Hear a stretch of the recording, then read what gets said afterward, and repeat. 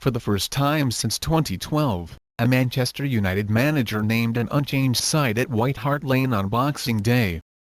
In opting to stick for the same personnel for 2 games on the run, Louis van Gaal revealed his Christmas wish, an old-fashioned mainstay of English football inside his newfangled tactics, a striking duo.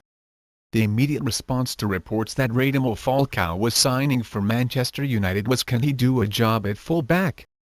A cast of thousands has famously populated the flickering chasm in United's defence this season, but, most recently, the 3-man defence that Van Gaal favors has returned to the fore. There are several reasons for this. Firstly, a back 3 took Van Gaal's Holland to third in the World Cup in Brazil, and he is obviously rather fond of it because of this. There also seems to be sense in the idea of shoving an extra central defender back there, to plug a few gaps. Tantalizingly though, it opens up possibilities further up the pitch. With Falcao's arrival during the summer transfer window, United have an experienced core of strikers.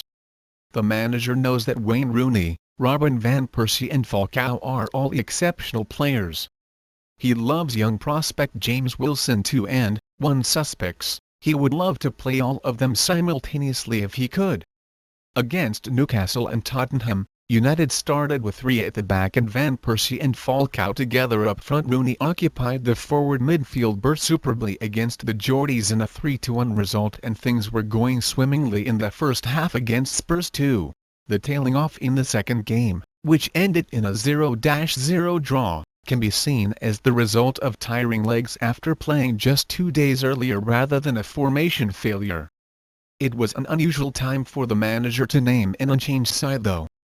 Rather than playing Falcao and Van Persie against each other, United's glory-minded chieftain is intent on seeing them form a partnership, something that seems to have gone out of fashion a little in recent years. The days of Peter Beardsley and Gary Lineker for England's national team, or John Aldridge and Ian Rush for Liverpool, seem in the dim and distant past now. Manchester United's greatest team was built around a prolific striking duo in Dwight Yorke and Andy Cole. In recent years, with Spain winning all and sundry, often without a striker and one-up-top formations abounding, the marksman partnership has fallen into disrepair. Like other parts of a team though, these things rarely click immediately. There have been a few cases this season in which Van Persie and Falcao have been seen chasing the same ball, but they are starting to evolve together as team finds its shape. Their heat maps from the game against Tottenham and Newcastle reveal some interesting differences in how they are playing.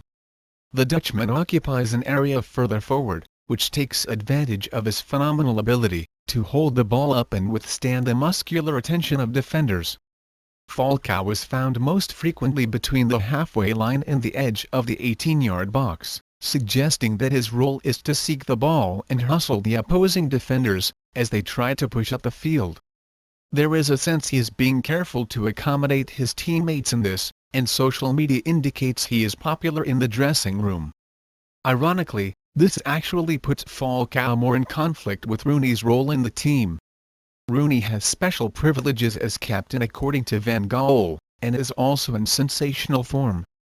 At some point though, Falcao will probably stop being so darn polite and score a handful of goals. It is a peculiar type of pressure Falcao is under. He is one of the highest paid footballers on the planet, in the bracket of over £300,000 a week, similar to Rooney and Van Persie's wages at Old Trafford. But there is a question mark regarding his ability after that latest calf injury suffered in training on November 20. Falcao returned to action on November 29 against Hull, and it appears that he's playing for pride, proving to himself and the world that his mojo is still very much intact. His work rate has been certainly noticed by the fans, and the passionate outburst that met his goal against Aston Villa won over any final doubters. In comparison to other high-risk striker gambles, Mario Balotelli at Liverpool and Fernando Torres at AC Milan, Falcao has done markedly better. Falcao's statistics are terrifying. He scored 17 European goals in 2011, breaking Jurgen Klinsmann's long-standing record of 15. He followed this up by scoring a hat-trick against Chelsea in the Super Cup final the following year. But there is more to his game than this. His passing stats against are better than Van Persie's by considerable distance, and he is more of a team player. For example, against Tottenham, he had an 83% completion rate versus the Dutch striker's 72%. This is something that isn't mentioned about him much. After his first knee injury, it took him 12 games to score his first goal back. He has walked down this road before.